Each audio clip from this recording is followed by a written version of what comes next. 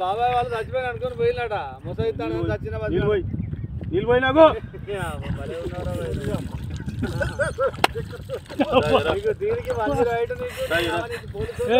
ఎందుకు పన్న వాళ్ళ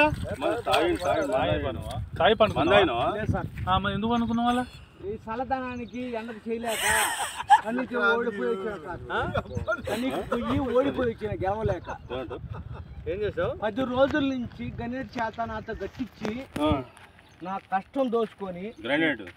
గణేట్ రాయ్ నాకు అంటే డబ్బులు ఇచ్చారు కానీ క్షమ